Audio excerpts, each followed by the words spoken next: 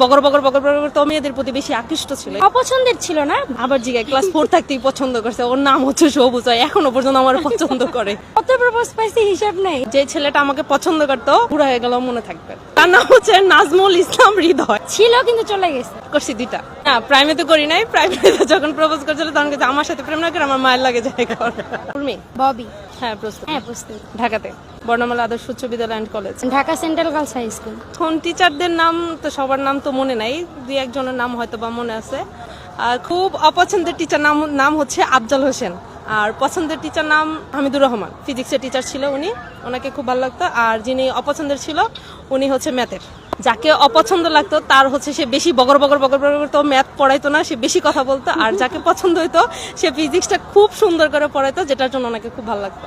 না বকাবকা করতো না, সে মানে ভালো ছিল কিন্তু বেশি কথা বলতো, মেয়েদের প্রতি বেশি আকৃষ্ট ছিল, এই জন্য তাকে খুব অপছন্দ ছিল। ম্যাডাম ছিল একজন খুব ভালো, ঝর্ণা ম্যাডাম।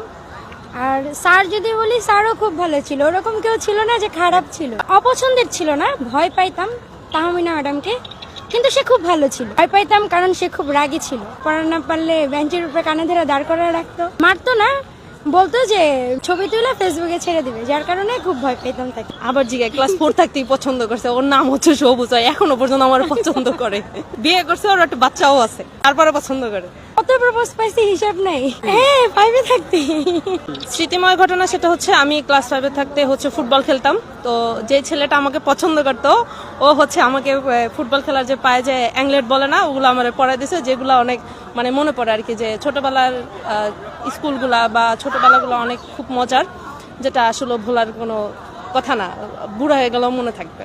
আছে, তার নাম হচ্ছে নাজমুল ইসলাম হৃদয়, আমার ফ্রেন্ড। সে খুব মজার, মানে মন খারাপ করে থাকার মতো কোনো ওয়ে নয়। সে অলওয়েজ হাসায়, অলওয়েজ মানে মন যে খারাপ করে যে থাকবেন আপনি বা আমি যে থাকবো, ওই স্কোপ তার ভিতরে নাই। মানে সে অলওয়েজ কথা বলার আগেই মানে হাসি ছাড়া কোনো কথা নাই। তার সাথে আমি কথা বলে সবসময় মানে আমি হাসি থাকি। আমি যদি খারাপ সময় পার করি তারপরে তার সাথে কথা বললাম। ছিল কিন্তু চলে গেছে। শুভ আমাকে দেখেই চিনতে পারি। ও খুব ভালো ছিল, ওর সাথে যখন আমরা ফ্রেন্ড সার্কেল ছিলাম, বন্ধু বান্ধব ছিলাম, তখন খুব ভালো সময় কাটতো। অনেকগুলো পাইছি, করছি দুইটা, না প্রাইমারিতে করি নাই। প্রাইমারিতে যখন প্রপোজ করছিল তখন কিন্তু আমার সাথে প্রেম না করে আমার মায়ের লাগে যায়। হ্যাঁ দুইটাই বিয়ে করছে, দুইটা বিয়ে করে নাই, একটা বিয়ে করছে সেটা জানি। ওর ছেলে না জন্য মেবি মেয়ে হয়েছে। তো ও মাঝে মধ্যে আমাকে মেসেঞ্জারে নক করে, কি খবর, এত সুন্দরের রহস্য কি।